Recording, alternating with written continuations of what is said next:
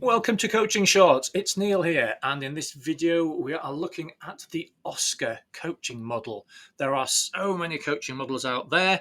For me, a lot of them do very similar things. They've just been tweaked or had a little bits extra added. But OSKAR can be a really useful one. So OSKAR is particularly useful when you're dealing with emotion-based issues. So things like confidence. So if somebody wants to feel more confident in certain situations, or there's anxiety of a situation.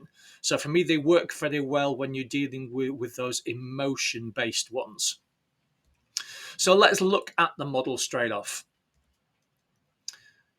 The first bit is about outcome setting. So as with anything out there, it's about being clear on the goal, but looking at what's the outcome you want to achieve. What does good look like ultimately? Then the biggest part around OSKAR then is what's termed as the scaling process. This is a real opportunity to work with the client to find out, usually on a scale of 1 to 10, where do they feel their emotion is at the moment. So on a confidence level, where do they want to be? So the outcome settings, where do they want to be? Don't assume they want to be a 10. That might not necessarily be realistic.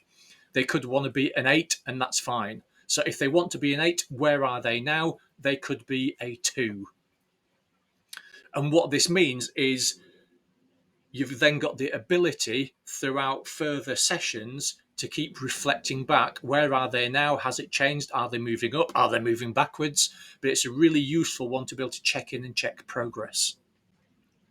I would generally recommend making sure that whatever scale is used is an even number. So they can't just go down the middle. They have to choose one side of the middle line or the other. And for me personally, I would generally recommend a 1 to 10 rather than something like a 1 to 6.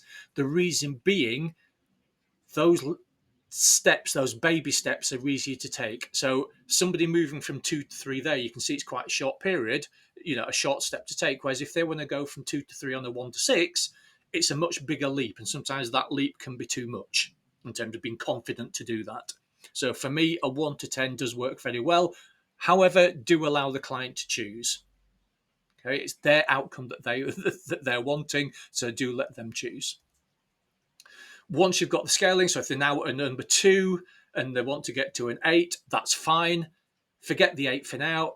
How do they get from 2 to 3? So what knowledge, what skills, what belief changes do they need to get from 2 to 3? Concentrate on those baby steps. Then it's affirmation action. So from all of the things they come up with, all of the knowledge that they need, the people they might need to go and speak to about it, which of those are they choosing and going to act on? Now, the action obviously is key. Without action, it's just been a discussion. And then the whole point about this is, as you go through it, review and reflect. That doesn't mean you have to wait until another session to review and reflect. You can review and reflect at the end of that session. So how's it gone? What's changed? What they're going to work on? And offer them tools to be able to reflect after the session. So that's the OSKAR model. As ever, nice and simple.